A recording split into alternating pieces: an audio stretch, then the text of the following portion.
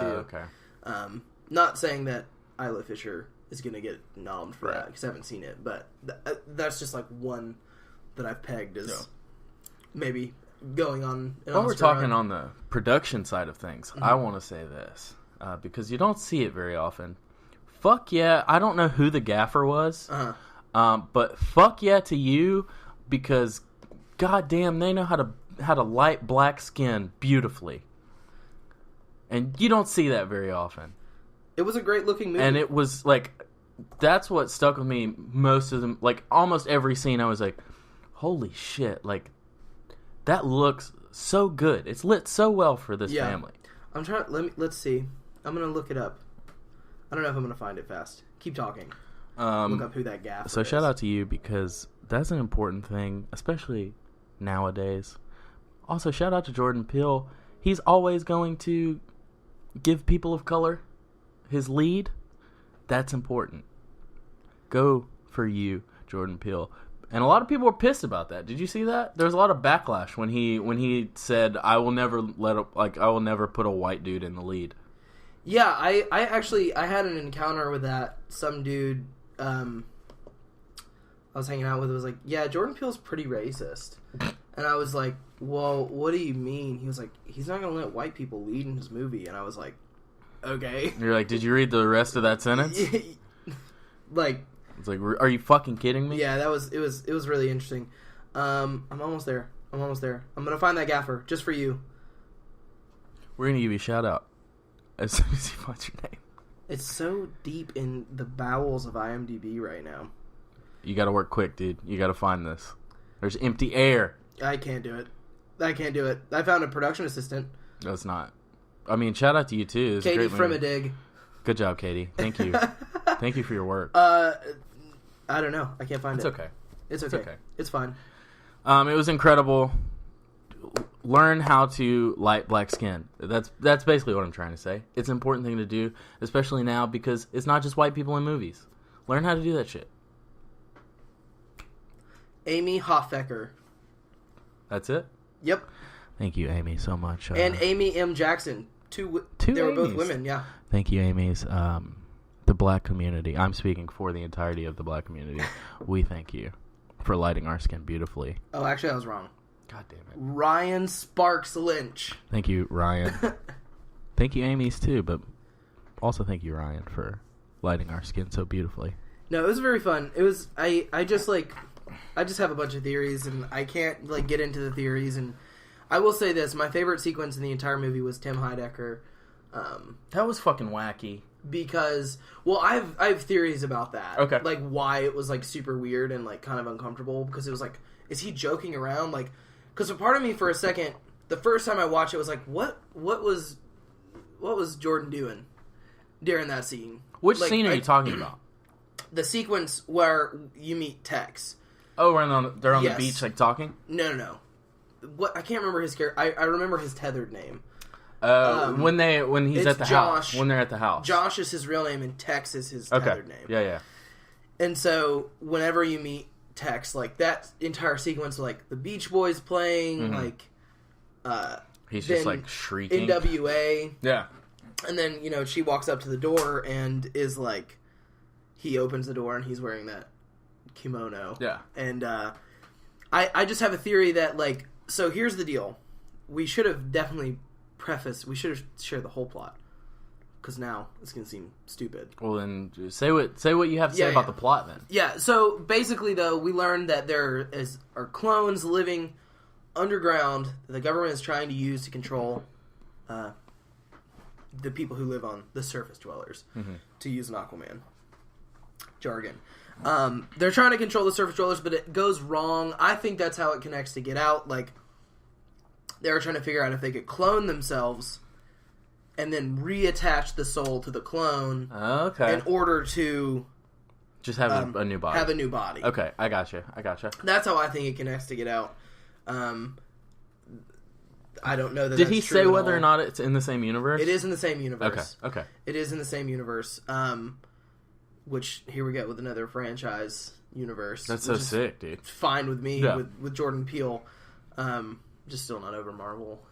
Whatever. anyways, so I think so that whenever there's a clone, there's one soul shared between the clone and the surface person. And I think that the reason why he was acting so silly after Josh died, Tim Heidecker, is because the soul is completely absorbed into the tethered. So he's acting weird, but he's acting how his soul would act, but he doesn't know how to talk yet. Okay. He hasn't learned how to speak. I get what you're saying. Yeah, for sure. So whenever he was like down in the boat and he was like, he's like dancing around and shit. like trying to. I think that was him trying to like have a normal social interaction. Yeah. But also like fuck with. Gabe.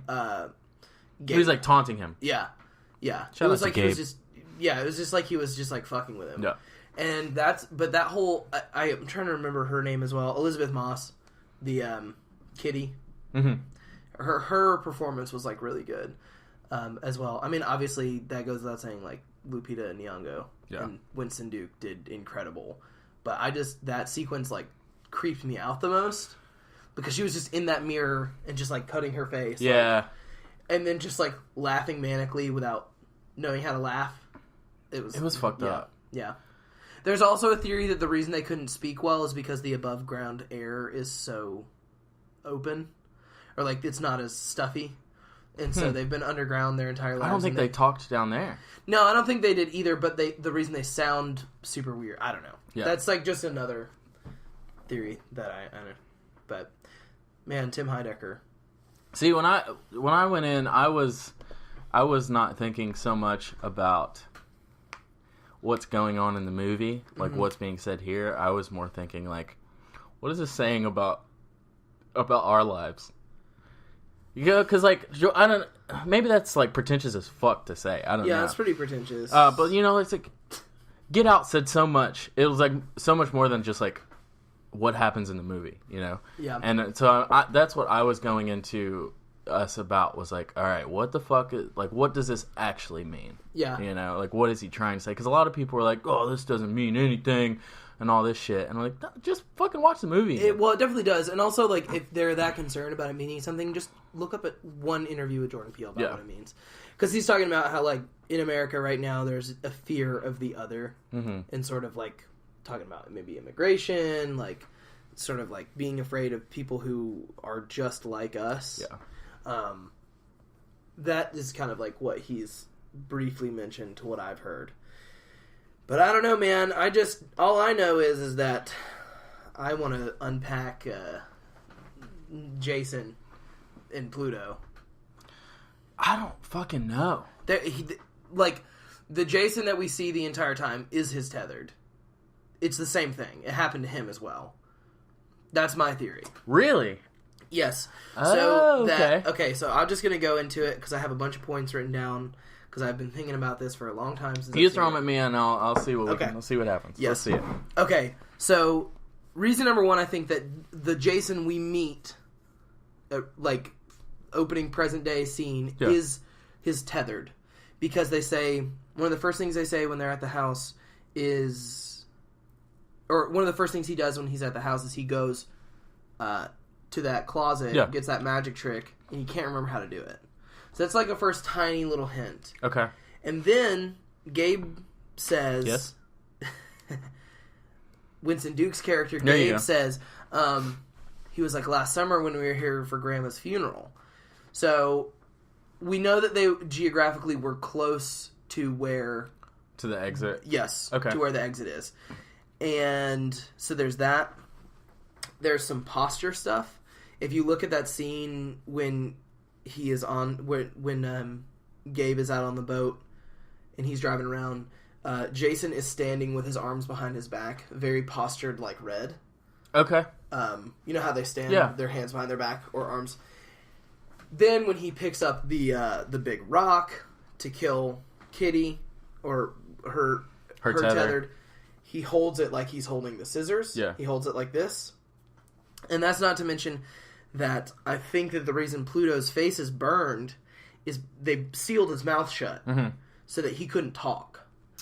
Oh, shit. And the reason that Jason can talk even though he's a tethered, is because Red knew how to talk, and she taught him how to talk in the basement thing, wherever they were at, like the underground bunker. So she taught him how to talk. They switch, burn real Jason's mouth. Okay. Recondition him to hate up there. Same as Red, because she's conditioned now to hate the surface people, even though she was one. And especially at the end when he takes the rabbit with him, and then he looks at his mom and he's like, I know. Also, the other thing, there's two other things. Sorry, this is like super in depth. On the beach, he's building tunnels. Do you remember that scene? Where like, what are you building? He was like, I was building a tunnel. There was that. And then right before then, Adelaide is looking back at the shaman's quest, the mirror maze, and it cuts down to him, and he's looking back at it already. He's not, he isn't looking at it because she was looking at it. He was already looking at it the same way. That's why Adelaide...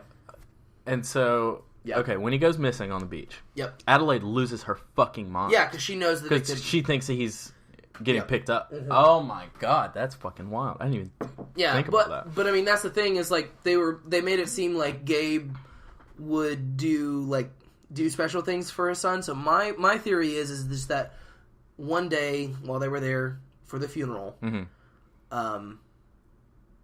he took Jason to the beach, and just him and Jason... And because he was just, like, kind of inattentive... They got switched. Just switched. Okay.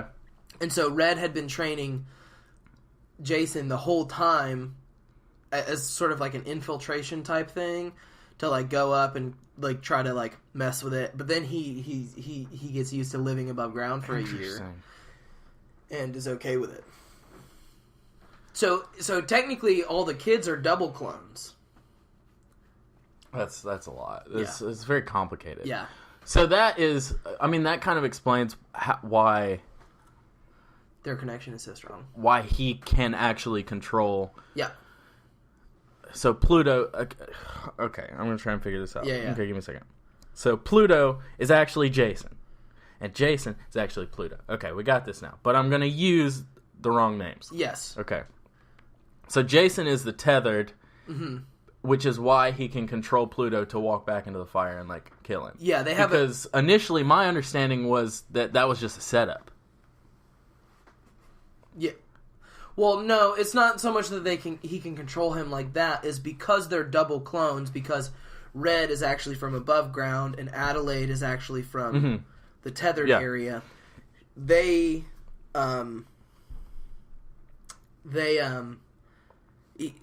He's a double clone. Yeah. He's actually half clone, half human, and either one they're all human. Clone. Well, you know what I'm talking about. Yeah. Shut the fuck up. They're both half human, half clone. All of the kids are half human, half They've clone. both been on the surface and underground. So there's a question of, is the connection between them stronger? Okay. As to where, like, Tex and Josh aren't as close because they're just sharing a soul. Right. That's it. Holy fuck. Yeah. Yeah. It's pretty fucking wild. Maybe I don't watch movies, right? I don't think you do. I will say this, though. It's one of my favorite opening title sequences ever. Really? Well, because the first few scenes are really good. But then when it gets to the rabbits, and that, like, do, re, oh, yeah. So, I was just very confused. I was like, what the fuck? What's up with all these rabbits? Yeah. But, and then it makes... They're rabbits. Raw. And then you just hear the fucking... Here's the thing. One of the most terrifying sounds in the world is a rabbit dying. Have you ever heard it? No, what happened? It's awful. I don't...